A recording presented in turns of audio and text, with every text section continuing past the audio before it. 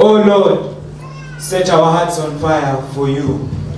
A lot of churches today has more members but less Christians. More buildings but less relevance.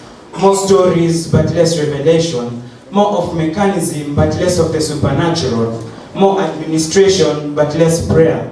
More sermons but less power. The world today has a lot of churches but less impact. Oh Lord, set our hearts on fire for you. We put in so much for advert and publicity, but little or nothing for the fire. Church, don't you realize if our greatest church growth strategies are our billboards and flyers, then we're not any less lost than sinners wandering in a vast world of gloom. The apostles of the old had not need for flyers and billboards. All that was expedient was the fire burning in their hearts, and that was the attraction point. Not billboards, not flyers, not radio jingles, not eloquence of speech, not a degree in theology or masters in management and psychology. It was the fire of God. And the Bible records that 3,000 souls were converted to Christ on that very spot church. We're losing the fire, we're substituting the fire with packaging and branding. Can I remind you, the first logo of the church was the fire burning in their hearts, and that was the attraction point. Let's not replace it for anything else. The billboards are needful, but without the fire, it's just another flex material flooded with colors.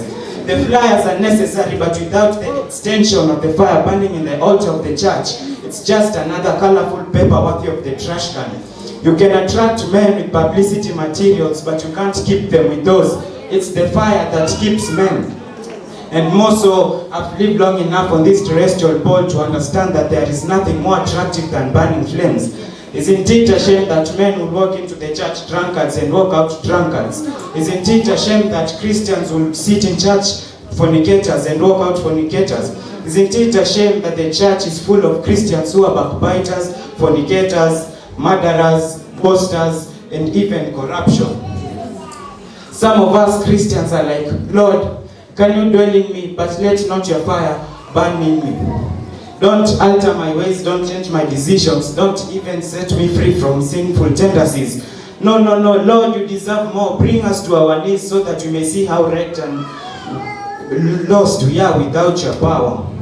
Church, enough of the jamboree, enough of the religion. We need the real fire. We're living in a crucial time in history where prophecies are being fulfilled. God is counting on us. We can't continue in coldness and lukewarmness anymore. The dynamics of the fire attract men, but can't attract them to the gospel without the fire.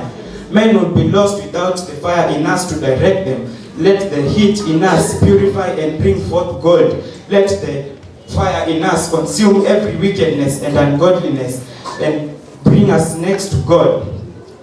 We can't feel the heat of the God if no, it's not burning in us.